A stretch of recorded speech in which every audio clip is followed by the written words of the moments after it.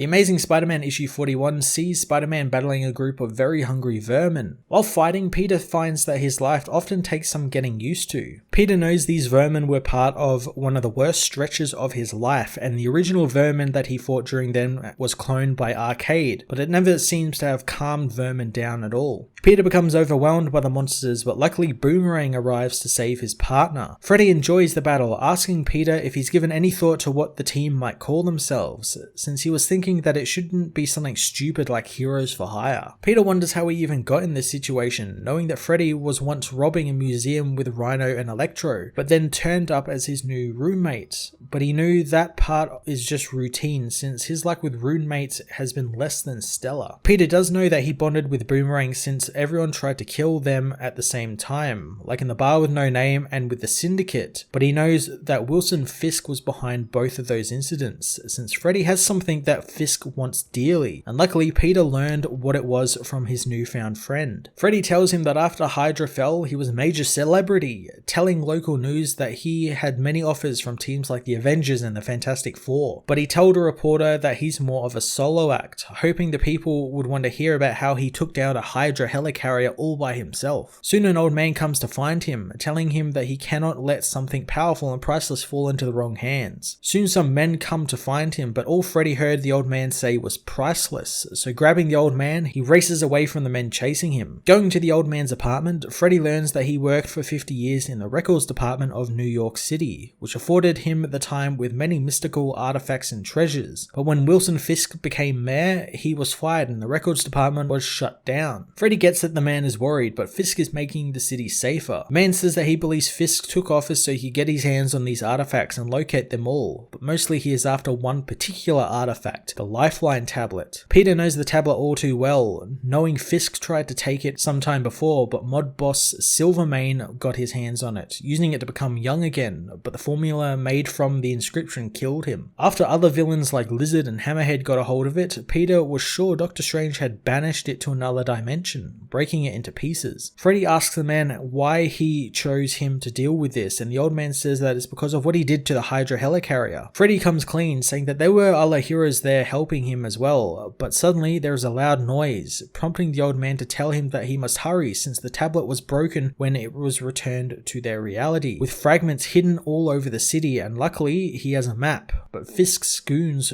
found a copy of it and soon they will decode it. Freddie tries to leave, but the man says the map isn't on paper, so using a spell Doctor Strange taught him, he blasts Boomerang with magic, uploading the last remaining map into his head. Soon Fisk's goons arrive and Freddie escapes as the man holds them off, but the building explodes. Peter can't believe the Lifeline Tablet is back, and let alone entrusted to Freddie, who is just as shocked as Peter is, but at least Fisk doesn't have it. Fisk meanwhile is angered his people haven't managed to crack the map code yet, upset a lowly criminal and an archivist has bested them. One of the professors assures Fisk that they are doing all they can, but the code is actually quite genius. This angers Fisk even more, telling the professor about the time someone else failed him and how he squeezed the man so hard his insides burst like confetti. Luckily, Fisk now has people to do this work for him, getting his men to take the professor away and kill him, hoping the others will work better now. Spider-Man and Boomerang meanwhile come to a deal, which is if Freddie has one of the flashes that alert him to a map piece nearby, he is to tell Peter, who pretends to go and call Spider-Man to get away from their friends if they are with them, so they can go off and figure out where the tablet piece is. Soon Peter and Freddie find many of the pieces scattered around town until only one is left. Peter finds the activity quite fun, until they finally reach the sewers, where they battle the vermin, which Peter knows was not fun at all, as the heroes are overcome by the monstrous horde. Fisk meanwhile apologizes to the picture of Vanessa he has with him, saying that he lost control in the lab since what is rightfully his has eluded him for so long, but it's almost his again and soon Vanessa will return to him. Soon one of the scientists interrupts him, telling him that while the map was too well coded, he pursued other useful information, giving giving a dossier to Fisk, who finds the information quite useful. Spider-Man and Boomerang continue to battle the endless vermin horde, who soon stop in their tracks, smelling something and causing them to flee. Freddie thinks that it was their doing, but Peter knows better, as Freddie spies the tablet fragment nearby. He retrieves it as Fisk learns that his scientists did research on the tablet and how it re-emerged in their dimension, and it didn't land in New York by chance, it was brought there by something. Spider-Man and Boomerang soon learn what that something is as the monstrous Gog smashes through the wall, intending on killing the heroes. The Amazing Spider-Man issue 41 was Nick Spencer flexing his superior foe's muscles again and teaming Peter with Boomerang and revealing his big story with Fisk, tying it back to an old Spider-Man and Marvel relic, the Lifeline Tablet. I absolutely love the dynamic between Spider-Man and Boomerang and how there is enough of a difference in them where they're not just two of the same quippy Spider-Man looking people working together. Ryan Ottley's art also helps with that and continues to be fantastic as his colourful and fast moving pages really complement the quick-witted and humorous Boomerang Spider-Man team. I'm going to give this issue a 10 out of 10.